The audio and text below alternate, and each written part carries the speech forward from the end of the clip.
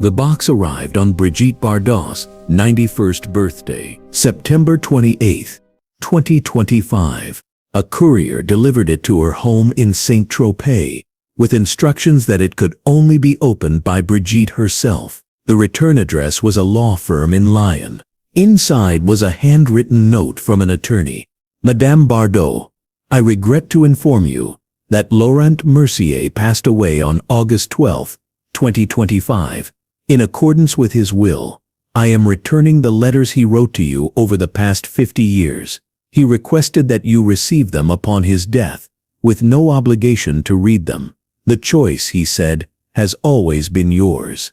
Maître Sophie Rousseau. Beneath the note were 52 envelopes, neatly stacked, organized by year, each one addressed in the same elegant handwriting, each one unopened.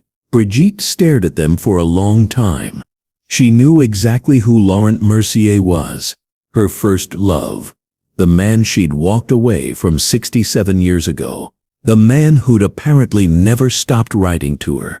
Laurent Mercier and Brigitte met in the summer of 1954. She was 19 years old, still dancing ballet, not yet famous. He was 22, a literature student at the Sorbonne, with dreams of becoming a poet. They met at a café in Montparnasse.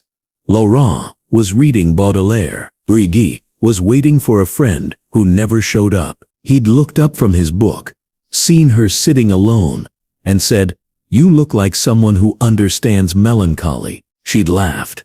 "Is that supposed to be a compliment? It's supposed to be an observation. May I join you?" That conversation lasted 6 hours.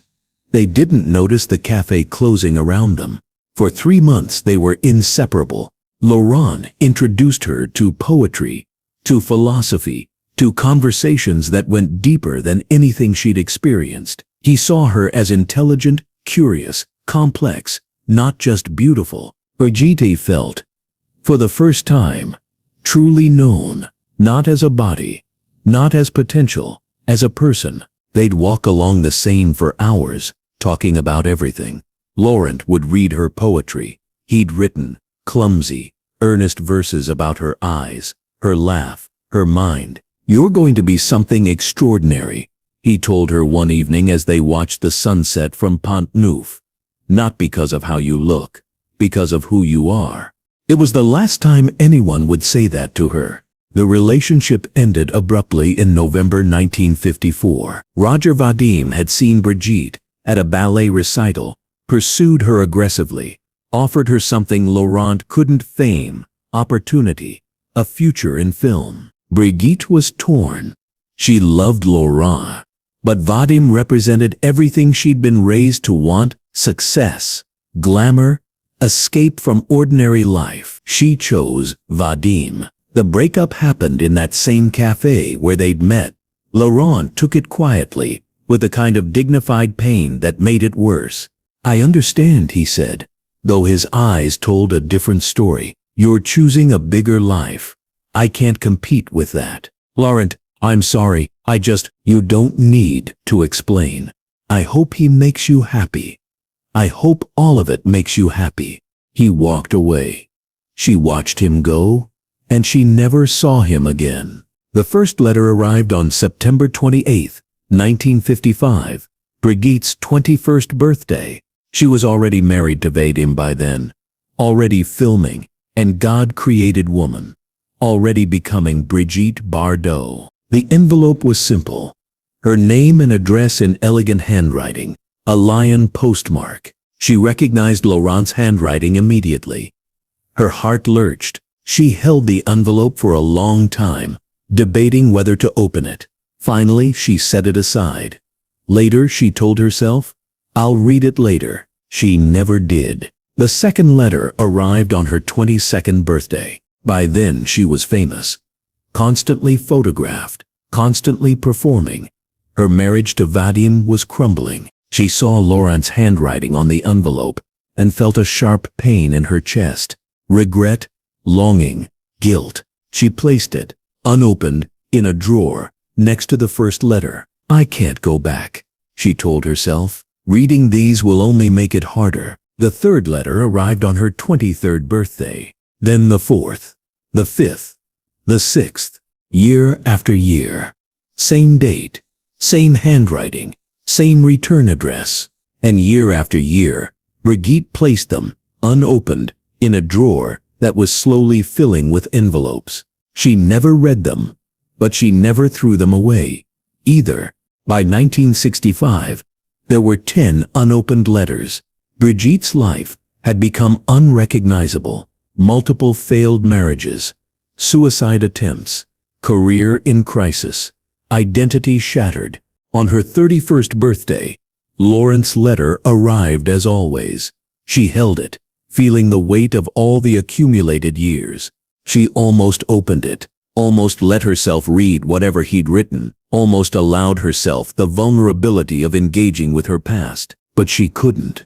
The letters represented a life she'd rejected, a version of herself she'd abandoned. Opening them would mean confronting that choice. So she placed number 11 in the drawer with the others and locked it. By 1975, there were 20 unopened letters. Brigitte had retired from film, started her animal rescue work, built a different life. But the letters kept coming. Same date, same handwriting, same ritual of placing them, unopened, in the drawer. A friend once asked her about it. Why don't you just read them, or ask him to stop sending them? Brigitte's answer was quiet. Because reading them would require me to face who I was when I knew him, and asking him to stop would be acknowledging that they matter. This way they exist in a space I don't have to engage with. But doesn't it hurt? Knowing they're there, everything hurts. At least this hurt I can control. By 1995, there were 40 unopened letters. Brigitte was 71. Laurent would have been 74. Still writing, still sending his annual letter. She wondered sometimes what he wrote, whether the letters were angry or sad or forgiving, whether he'd married, had children, built a life, but wondering was safer than knowing. So the letters stayed unopened. The 50th letter arrived on September 28, 2004. Brigitte was 80 years old. She held the envelope longer than usual, feeling its weight. 50 years, half a century of letters. She thought about opening it, thought about reading all of them. 50 years of whatever Laurent had wanted to tell her. But habit won. She placed it with the others. The 51st arrived in 2005. The 52nd in 2006. Then in 2007, no letter came. Brigitte told herself she didn't care, that it was a relief, that whatever strange ritual Laurent had maintained had finally ended. But she checked the mail every day for weeks, looking for that familiar handwriting. It never came. Now, 18 years later, all 52 letters sat in a box in front of her, along with a final note from the attorney. Mr. Mercier stopped sending letters in 2007 when he was diagnosed with early-onset dementia. He lived his final 18 years in assisted care, no longer able to write. The letters you received from 2005 and 2006 were the last he was capable of composing. He requested that all letters be returned to you upon his death, along with this message: no regrets. I hope you found what you were looking for. Brigitte's hands shook as she set down the note. 50 years of letters, and the final 2 had been written by a man already losing his mind, already slipping away. She'd never know what the first 50 contained, because she'd never opened them. For 3 days, Brigitte left the box untouched. She couldn't bring herself to open the letters. Decades of deliberate avoidance couldn't be undone easily. But she also couldn't throw them away. Not now. Not knowing Laurent was gone. On the 4th day, she opened the first letter, the one from September 28, 1955. Her hands trembled as she unfolded the paper. The letter was short, 2 paragraphs, written in Laurent's careful, elegant script. Dearest Brigitte, happy 21st birthday. I hope this year brings you everything you hoped for when you chose the life you've chosen. I'm not writing to ask you to come back or to make you feel guilty. I'm writing because I promised myself I'd tell you once a year. Every year, what I wish I'd said when you left. I loved who you were, not who you might become, not the potential, just you, the girl who laughed at my terrible poetry and talked for hours about things that mattered. That girl was enough, more than enough. I hope she's still there underneath everything else. I hope you find her again someday. With love always, Laurent. Brigitte sat holding that first letter for an hour, tears streaming down her face. Then she opened the second letter. From 1956. Dearest Brigitte, happy 22nd birthday. I saw your film. You were luminous. Everyone says so. But I kept thinking about the girl I knew who hated being looked at, who wanted to be a ballet teacher and live quietly. I hope she's happy with how things turned out. I hope this is what you wanted. Still thinking of you. Still hoping you're well. The third letter. The fourth. The fifth. Each one short. Never demanding. Never bitter. Just Laurent, year after year, telling her he still thought of her, still hoped she was happy, still remembered who she'd been before fame consumed her. By the 10th letter, 1964, the tone had shifted slightly. Dearest Brigitte, I read about your difficulties this year.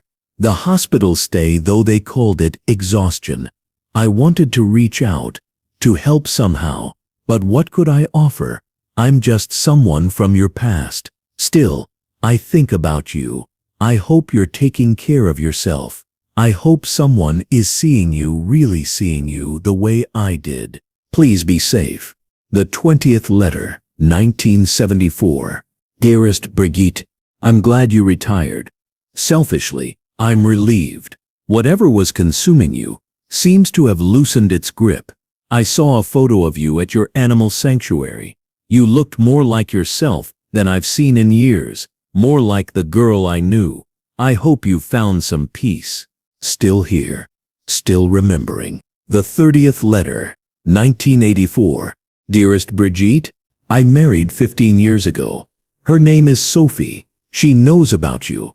Not everything, but enough. She asks why I still write these letters you'll never read.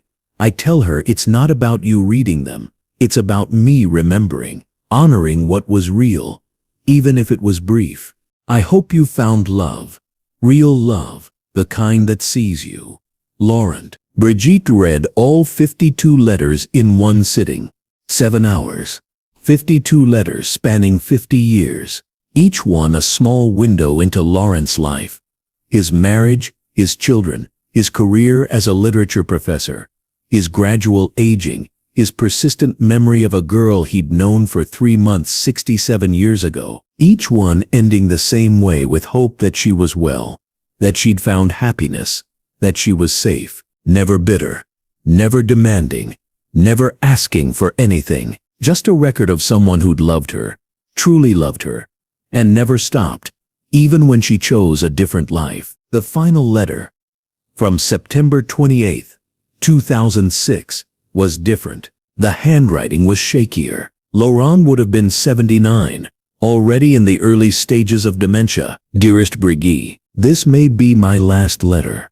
My memory is failing. The doctors say I won't be able to write much longer. So I want to say clearly, while I still can, thank you for 3 months of being truly seen, for conversations that mattered, for showing me what real connection felt like. I don't regret loving you. I don't regret these 52 letters you've never read, because they weren't really for you. They were for me, a way of honoring something real in a world that often feels false. I hope you found what you were looking for when you chose fame over me. I hope it was worth it, and I hope somewhere along the way you found yourself again. No regrets. Only gratitude. Brigitte clutched the letter to her chest and sobbed. For weeks, she couldn't stop thinking about those letters. 52 years of Laurent's life, documented in annual messages to a woman who'd never responded, never acknowledged, never opened them, until he was already gone. The dedication was staggering. The lack of bitterness, Even more so, he'd loved her purely, without expectation, without demanding anything in return. And she'd rejected it, chosen fame instead, spent 67 years wondering what she'd given up. A friend found her one afternoon, sitting with the letters spread around her. "Why didn't you open them all those years?" Brigitte's answer came slowly. "Because I was afraid of what they'd say. Afraid Laurent would confirm what I already suspected, that I'd made the wrong choice, that the life I chose destroyed me, while the life I rejected would have saved me. And now that you've read them, now I know the truth. Laurent didn't hate me for choosing fame. He just kept loving me anyway, quietly, without needing anything back. That kind of love is so rare, and I threw it away for something that nearly killed me. Do you regret it?" Brigitte looked at the letters, 52 pieces of paper, representing 50 years of quiet devotion. "I regret not opening them sooner, not because it would have changed anything, but because I denied myself the comfort of knowing someone loved me, that purely, someone who saw me, really saw me, and never stopped seeing me, even when I disappeared." Into Brigitte Bardot. In her final interview about the letters 2026, Brigitte was asked what she learned from them. "That I was loved, really loved, and I was too afraid to acknowledge it, because accepting it would have meant confronting the choice I made. The choice to pursue fame, the choice to believe that love wasn't enough, that being seen by one person wasn't as valuable as being desired by millions. I was wrong. But I couldn't admit that without destroying the narrative I'd built my life around." What would you say to Laurent now if you could? Thank you for seeing me, for remembering me, for loving the real me even when I'd forgotten who she was. And I'm sorry. Sorry I was too scared to open your letters. Sorry I couldn't see what you were offering. Sorry I chose performance over presence. Do you think he knew that you kept the letters even if you didn't read them? I hope so. I hope he understood that not destroying them meant something, that I couldn't engage, but also couldn't let go. That somewhere deep down, I knew what I'd lost. Brigitte Bardot's first love wrote her a letter every year for 50 years. She never opened them, not out of cruelty, but out of fear. Fear that reading them would confirm her worst suspicion, that she'd traded real love for hollow fame. For 50 years, Laurent maintained his ritual, writing, sending, never expecting a response, just honoring a connection that had mattered to him. And for 50 years, Brigitte maintained hers, receiving, storing, never opening, just preserving evidence of a road not taken. When she finally read them, after his death, after it was too late to respond, she discovered that Laurent had never blamed her, had never demanded, had only loved, quietly and completely. The letters weren't a rebuke, they were a gift, proof that someone had seen her, really seen her, before fame made that impossible. Proof that she'd been loved for who she was, not what she represented. Proof that the girl who'd existed before Brigitte Bardot consumed her had mattered to someone. 52 letters, 50 years. One question that haunted Brigitte for the rest of her life. What would have happened if she'd opened the first letter when it arrived? Would it have changed anything? Saved her? Given her the courage to choose differently? She'd never know. But she knew this. Laurent had loved her without expectation, without bitterness, without needing anything in return. And that kind of love, pure, patient, permanent, was the rarest thing she'd ever been offered. She'd rejected it, unopened, and spent the rest of her life wondering what those envelopes contained. Now she knew. They contained everything she'd been looking for all along.